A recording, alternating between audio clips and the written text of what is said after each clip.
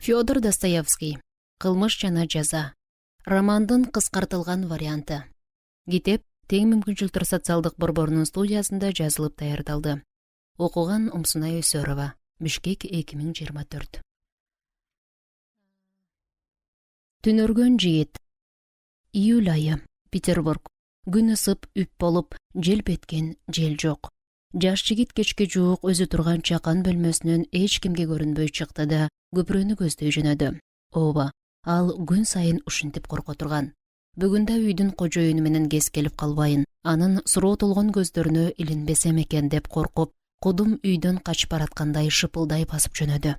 Раскольников чынында суу жүрөк жигит эмес эле, бирок акыркы айларда өз күлөкөсүнөн коркуп, бардык нерседен качып калган болчу. Себеби көп айдан бери жашаган үйүнүн ижара акысын төлөй албай келатат. Үй дегенде бир бөлмө батир.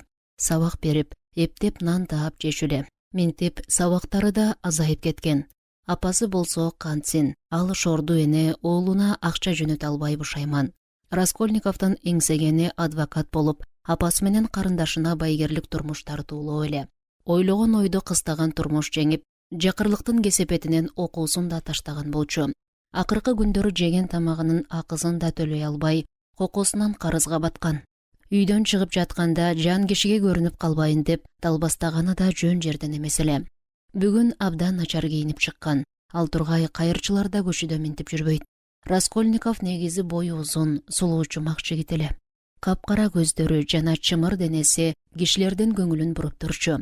Минтип курсагын араң тойгузуп жүрсө, кебетесине кам көрмөк кайдан деген менен ары жыртык, ары эски кийимдери менен эч кимдин көңүлүн бурбасам керек деп ойлоду. Тунжурап ойго батып баратып, жолдон шуулдап өтүп бараткан ат арабага тебеленип кала жаздады. Арабадагы мас киши: «Эй, немис шапкичен жигит, качпайсыңбы жолдон?» деп кыйкырганда, Раскольниковдун кабагы бүркөлүп, бир орунда туруп калды. Теги кишинин урушканына эмес, өзүнүн акылсыздыгына жинденген болчу. Бул нерсени эмнеге мурда ойлонгон эмес эле. Башындагы шапке менен каякка барса да, баары аны таанып коюшмак. Эске алынбаган бул катасы эртең колго түшүрөр илинчек болуп бериши толук мүмкүн эле. Болбосо ал иштин баарын мыкты мерчемдеп койдум деп ойлоп аткан. Петербургда ар бир оруска тааныш болгон сасык, кычкыл жыт бардык көчөлөрдү каптап турду. Раскольников ылдамдай басып, көпүрөдөн өткөн соң, ар түркүн кишилер жашаган көп кабаттуу үйлөрдүн биринин алдына келди. Бул имаратта негизинен ашпозчулар, кызматчы кыздар жана өкмөттө иштеген кенже кызматкерлердин үй бүлөлөрү жашачу. Үйгө кимдер кирип чыкканы белгисиз. Ооба, имараттын ичи күндүзү деле түнөрүп караңгы болуп турат. Бул жагдай жигитке оңтойлуулук жаратчудай. Студент дароо көп кабаттуу үйгө кирип, тепкичтер менен жогору чыгып баратып, сүткор аялдын коңшусу көчүп кетип жатканына күбө болду. Иши ого бетер жеңилдегенине сүйүнө түштү. Эми 4-чү кабатта жалгыз гана сүткор аял калган эле. Ошентсе да кылчу ишин байкаганы келгенде эле жүрөгү түрсүлдөп, катуу коркуп жатты.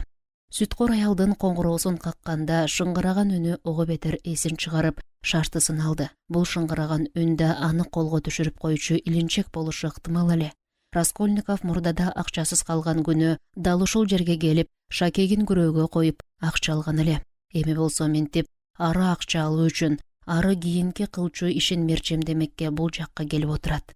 Эшик дароо эле ачыла калган жок. Бир аздан кийин бою корто, бетин бырыш баскан шиш мурун кемпир эшикти кичине ачып, шыкаалап, шектенүү менен жигитти карады. Раскольников башын шылкыйтып кеп баштады.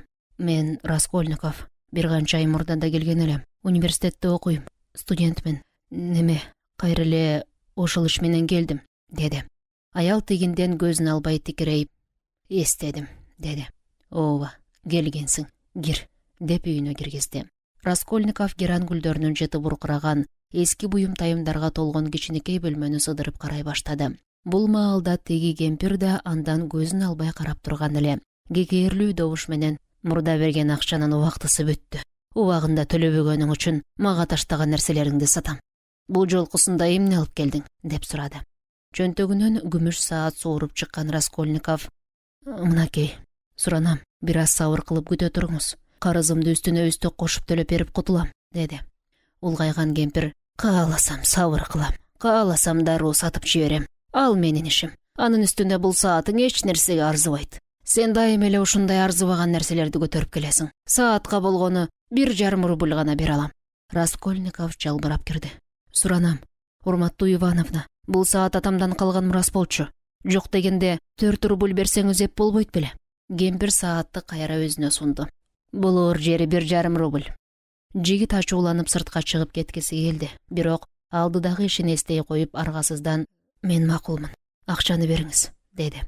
Кемпир чөнтөгүнөн топ ачкычын шылдыратып алып чыкты дагы башка бөлмөгө кирип кетти. Раскольников ачкычтын үндөрүнө кулак түрүп, акча кайда катылганын болжолдогонго аракет кылып жатты. Көп өтпөй кемпир кайра келип, мына акча. Ар 1 рубль үчүн айына 10 копейка үстөк алам. Мунусун да алдын ала төлөйсүң. Мурда алган 2 рубльдүн үстөгү 20, азыр алчу 1,5 рубльдүн үстөгү 15 копейка болот. Аларды азыркы акчадан кармап кылам. Мурдагы карызыңды төлөсөң, андан кийин 1 рубль 15 копейка карыз болосуң, деп 35 копейканы кармап калып, колуна 1 рубль 15 копейка карматты. Апка арыган Раскольников: "Ушул кантип болсун? Суранам, анте көрбөңүз", деди. Бирок талашып тартышуунун кажети жок, деди да: "Жакында тамекенин кутусун алып келем. Абдан баалуу", деп ачууланганын жашырганга аракет кылып, кептин нугун башкага бурду.